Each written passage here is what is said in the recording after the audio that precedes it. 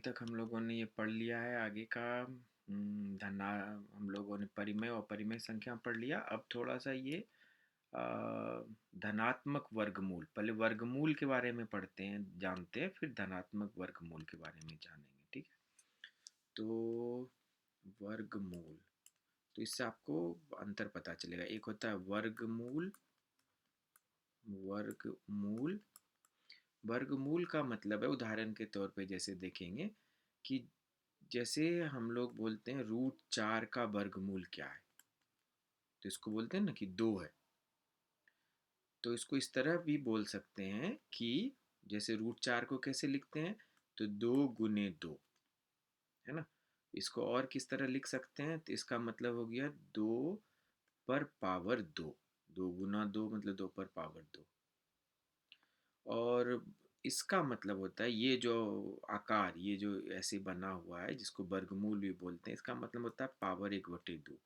तो अगर ये इस चिन्ह को हटाए तो उसके बदले में आपको 1/2 पावर देना पड़ेगा, मतलब 2 पर पावर 2 और इस पर पावर 1/2। पावर पे पावर आगे पढ़ेंगे पावर के बारे में, तो पावर पे पावर रहता है तो पावर गुना हो जाता है, मतलब 2 पर पावर 2 गुना 1/2, तो ये कट गया, तो इसका मतलब 2 हो गया, है ना। तो 4 का वर्गमूल कितना हुआ, इस तरह से 4 का वर्गमूल हमारा 2 निकला। तो लेकिन वर्गमूल का परिभाषा मतलब हो गया कि वर्गमूल वो संख्या है, वर्गमूल वो संख्या है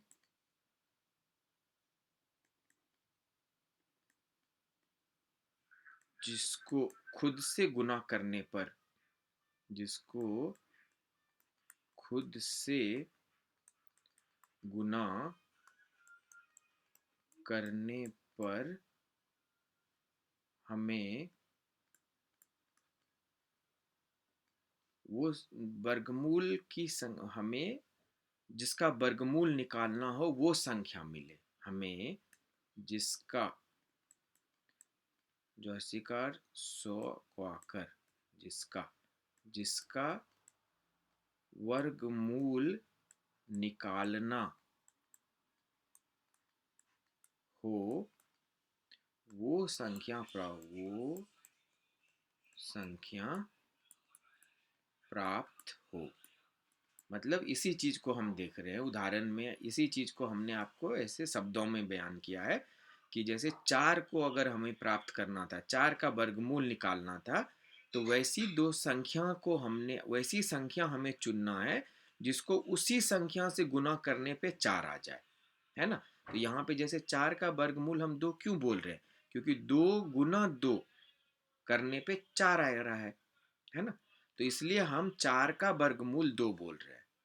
तो अब यहाँ पे देखिए, तो जिस तरह 2 × 2 करने पे, उसी तरह इसको -2 × -2 भी अगर कीजिएगा तो तब पर भी तो ये, इस चीज को हम ऐसे भी लिख सकते थे, है ना। इस चीज को तो -2 भी तो हमारा -2 × -2 बराबर 4 होता है, तो ये भी तो हमारा -2 इसका वर्गमूल होना चाहिए। तो 4 का वर्गमूल, ये बात सही है कि 4 का जो वर्गमूल है, 4 का वर्गमूल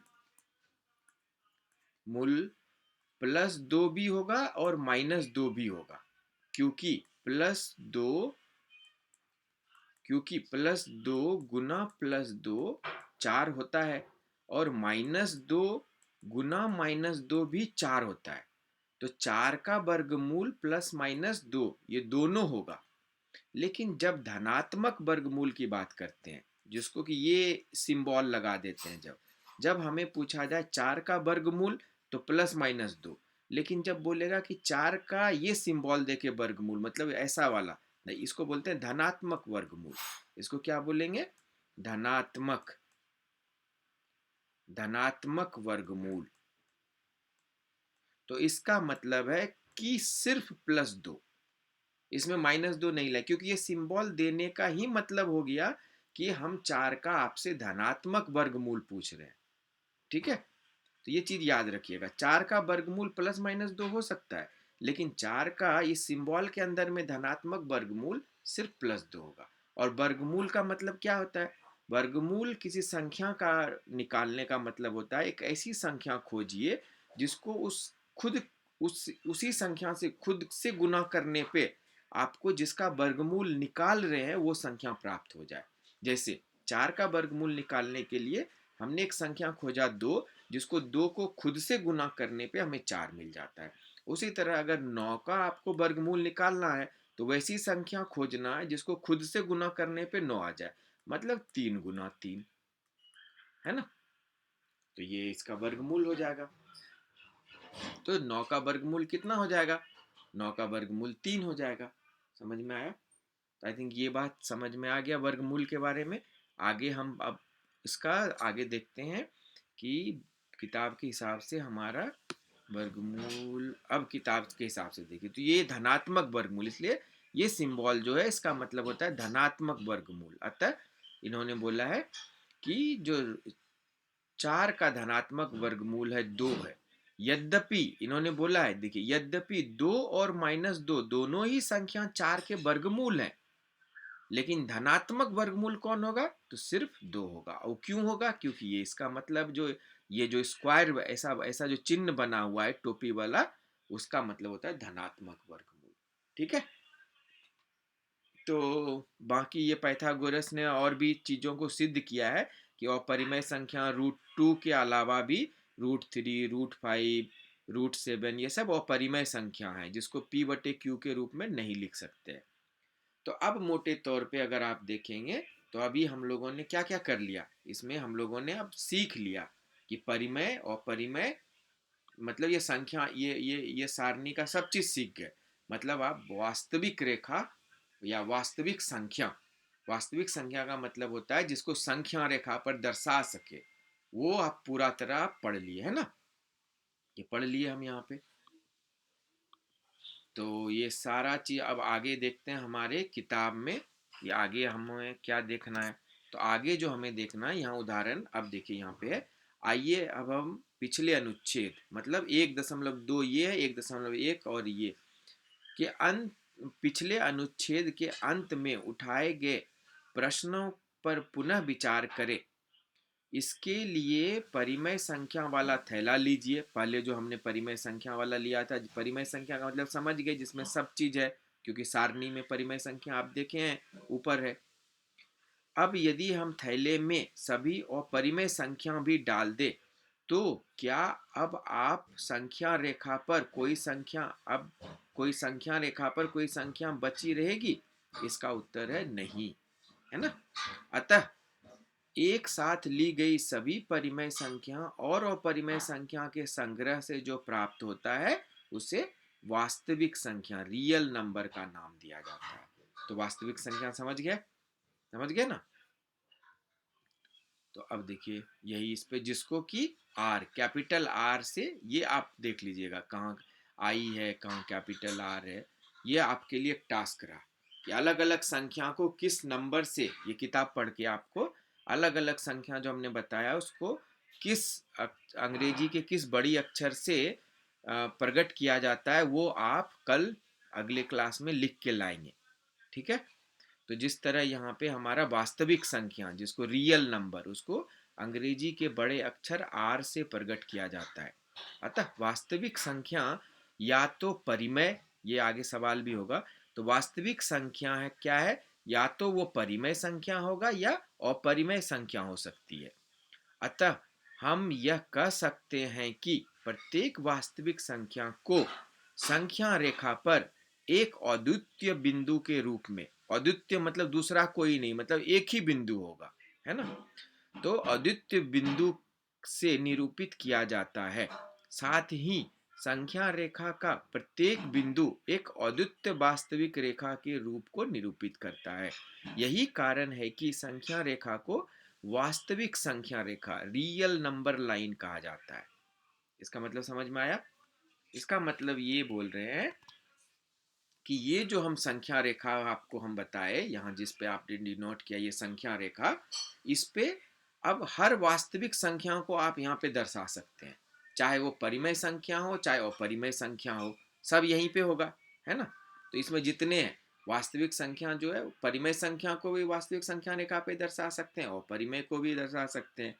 परिमेय में आप फ्रैक्शन या अंश अंश संख्या को भी दर्शा सकते हैं, पूर्णांक संख्या को भी दर्शा सकते हैं। पूर्णांक के अंदर में ऋणात्मक है, पूर्ण संख्या है, पूर्ण संख्या के अंदर में शून्य और प्राकृत संख्या है। तो इस सब संख्या को आप वास्तविक रेखा पे आप दर्शा सकते हैं। और हर संख्या के लिए एक ही बिंदु होगा।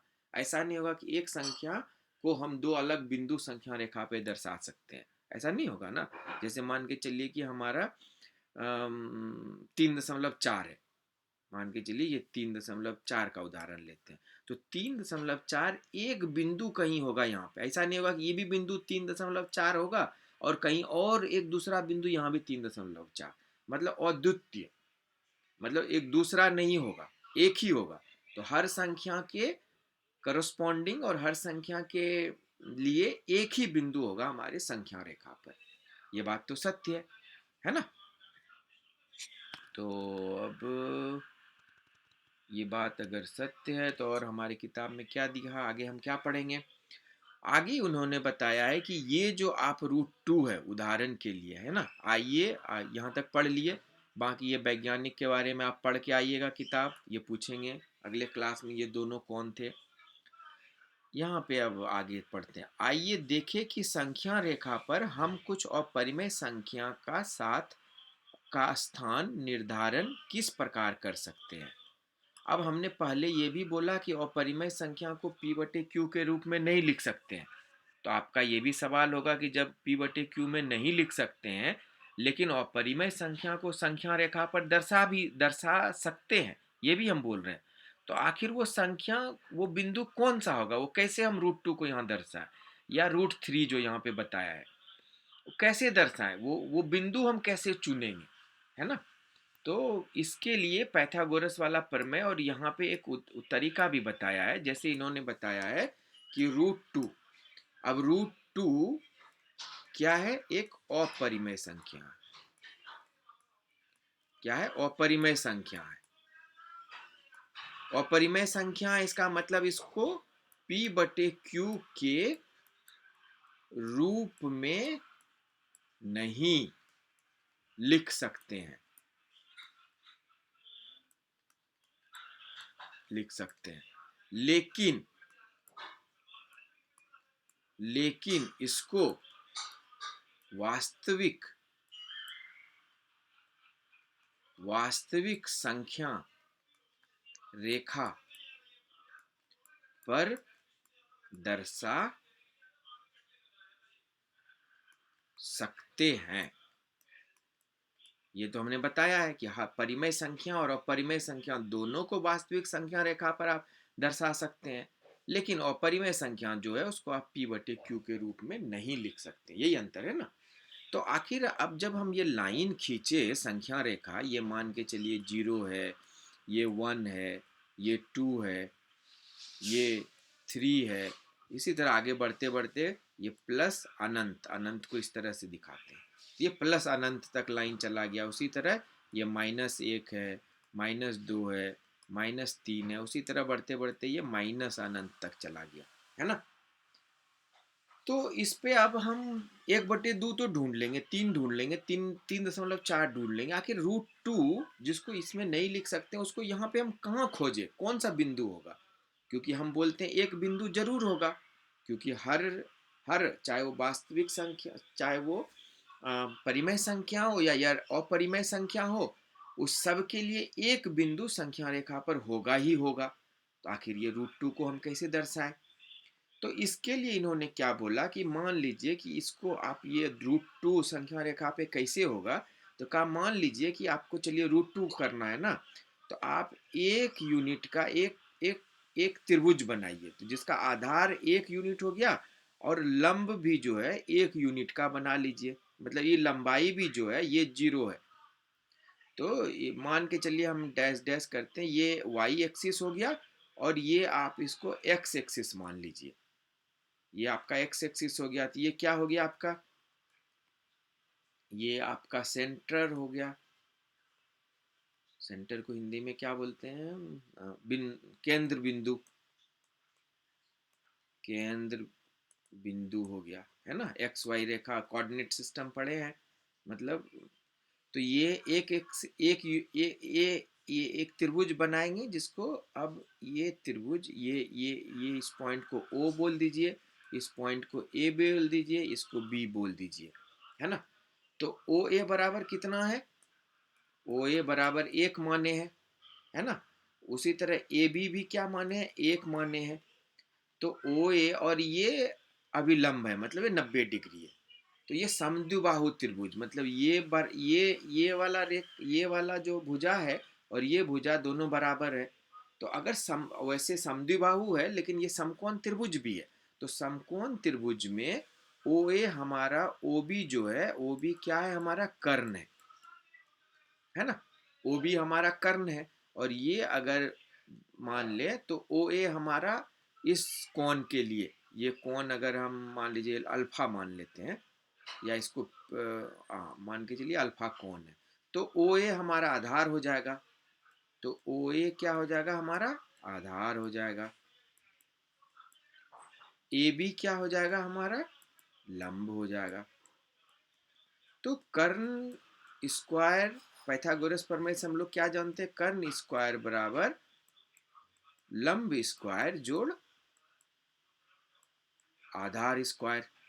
तो कर्ण कितना हो गया, ओ बी, ओ बी का स्क्वायर बराबर लंब, लंब कितना हो गया हमारा, ए बी का स्क्वायर जोड़ आधार कितना हो गया मेरा, ओ ए का स्क्वायर। तो ओ बी का स्क्वायर बराबर ए बी का मान कितना है, ए बी का मान एक है, ओ ए का मान कितना है, ओ ए का भी मान एक है। मतलब एक का स्क्वायर जोड़ एक का स्क्वायर बराबर एक का स्क्वायर एक ही होगा, ये भी एक होगा। मतलब एक जोड़ एक बराबर दो, है ना। तो मतलब ओ बी स्क्वायर बराबर दो। This implies that O B square बराबर दो। तो इधर से स्क्वायर हटाएंगे तो इधर क्या आ जाएगा, इधर रूट आ जाएगा। तो ओ बी बराबर कितना हो जाएगा, √2 होगा ना, √2। इसका मतलब हो गया कि ये जो केंद्र बिंदु से बी की दूरी है, ये कितना हो गया, √2। ये √2 हो गया। अब इसी को त्रिज्या मान के यहाँ पे आप कंपास का एक छोर रखिए और यहाँ पे आप कंपास का चाप का दूसरा सिरा रखिए। तो यहाँ से अगर एक वृत्त, इसको त्रिज्या मान के ऐसे ऐसे घुमाना चालू करेंगे, है ना, ऐसे ऐसे एक वृत्त बनेगा, है ना। तो ये वृत्त जो ये लाइन पे यहाँ काट रहा है, जिस बिंदु पे काटेगा वही दूरी, ये मान लीजिए पी बिंदु पे काट रहा है, ये मान के चलिए पी बिंदु पे। सो ओ से लेके पी तक की दूरी ये क्या हो जाएगी, √2 हो जाएगी। और जिस बिंदु पे काटा एक्स एक्सिस पे, तो इसका मतलब है यही वाला दूरी जो है √2 दूरी है। तो आप अपरिमेय संख्या √2 को इस तरह से, ये वाला जो वास्तविक संख्या रेखा है उस पर आप दर्शा सकते हैं। समझ में आया, आया कि नहीं आया। इसी तरह तो इसका मतलब हो गया √2 को अगर हमको संख्या रेखा पे सुनिश्चित करना है कि वो बिंदु कौन सा होगा जो √2 दूरी होगा केंद्र से, तो इस तरह से पहले एक समलंब चतुर्भुज ये क्या बनाएंगे, त्रिभुज बनाएंगे, समकोण त्रिभुज। समकोण त्रिभुज में आधार हो गया, यहाँ मान लिए एक लंब हो गया, लंब भी एक हो गया, तो ये √2 उसका कर्ण हो गया। उस कर्ण को त्रिज्या मान के एक वृत्त खींचेंगे। वो वृत्त जो हमारा वास्तविक रेखा पे जहाँ कट करेगा, जहाँ काटेगा, वही बिंदु हमारा √2 होगा। ठीक है, समझ में आ गया। इसी तरह √3 का भी है, इन्होंने √3 का भी बना के बताया है कि अगर √3 को दर्शाना रहे तो वो वास्तविक रेखा पे कहाँ होगा, तो उसका भी इन्होंने अगर देखेंगे तो यहाँ पे √3 का भी उसी तरह उन्होंने √3 का किया है। तो यही देखिए इन्होंने क्या किया है कि एक ओ ए जो हम माने ये आधार में हो गया, ए बी यहाँ माना इन्होंने ये लंबाई हो गया। तो ये ओ ए बी एक समलंब त्रिभुज हो गया। तो ये ए ओ बी उसका कर्ण हो गया। तो इसी तरह कर्ण जैसे हम लोग निकाले हैं तो √2 हो गया। अब ये ओ बी को त्रिज्या मान के एक चाप वृत्त बनाया है, और ये पी बिंदु पर जो काट रहा है वही √2 के बराबर, वही √2 को दर्शाता है ना। समझ में आया। ये पूरा चीज उन्होंने इस चीज में यही बताया है। तो समझ में आ गया संख्या रेखा पर अपरिमेय संख्या को किस तरह दर्शाएंगे। उसी तरह इन्होंने रूट 3 वाले को भी किया है। तो अभी हम लोग रूट 2 यहाँ माने। अब क्या किया इन्होंने कि ये जो पहला वाला ये त्रिभुज बनाया आया है ओ ए वाला, अब उसी को आधार मान के, मतलब पिछला जो रूट 2 वाला जो कर्ण था, अब कर्ण को आधार मान के एक और लंबाई का, ये बी से डी तक एक लंबाई का इन्होंने लंब खींच दिया। तो आधार अब ओ बी हो गया, लंब बी डी हो गया। तो कर्ण कितना हो जाएगा? तो कर्ण बराबर हो जाएगा लंब स्क्वायर जोड़ आधार स्क्वायर। लंब 1 हो गया, आधार रूट 2 हो गया, है ना। तो रूट 2 का स्क्वायर जोड़ 1 का स्क्वायर बराबर कर्ण स्क्वायर ओडी स्क्वायर हो गया। समझ में आया? तो इन्होंने क्या किया यहाँ पे, अगर देखिए तो इन्होंने ऐसा कुछ किया कि इसके ऊपर पे ये रूट 2 हुआ, इसके ऊपर पे अब एक और समलंब एक और लंब डाल दिया। ये मान के चलिए ये वाला लंब ये 1 है। तो अब एक दूसरा ये बन गया हमारा समकोण त्रिभुज, क्योंकि ये 90 डिग्री है हमारा। आधार कितना है? रूट 2, लंब कितना है? 1। अब ओ और इसको डी मान लिया।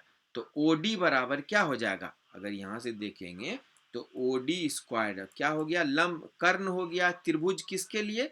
तो त्रिभुज हमारा ये जो त्रिभुज ओ बी डी है, ओ बी डी त्रिभुज के लिए ओ डी हमारा कर्ण हो गया। तो कर्ण स्क्वायर बराबर, अगर इसको हम कौन माने तो आधार मेरा कितना हो गया? ओ बी, ये बी है ना, ये वाला बी है हमारा। तो ओ बी स्क्वायर जोड़ यहां से बी से डी लंब हो गया, तो बी डी स्क्वायर, है ना। तो ओ डी स्क्वायर बराबर बी डी। ओ बी हमारा कितना है? ओ बी अभी हम इस बारे में देखिए निकाले हैं। तो ओ बी बराबर रूट 2, तो ये हो गया रूट 2 का स्क्वायर जोड़ बी डी अभी एक एक मान के बी डी का हमने माना है कि इसकी लंबाई 1 के लिए करेंगे, तो 1 का स्क्वायर, है ना। तो ये कितना हो जाएगा? 2 जोड़ 1 बराबर 3।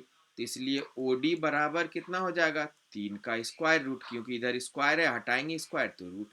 तो ये कितना लंबाई हो गया? रूट 3। अब इसको त्रिज्या मान के अगर आप वृत्त खींचेंगे तो ये जहां कट करेगा वही वाला बिंदु क्या हो जाएगा? रूट 3 हो जाएगा। समझ गए? समझ में आ गया ये? Very good.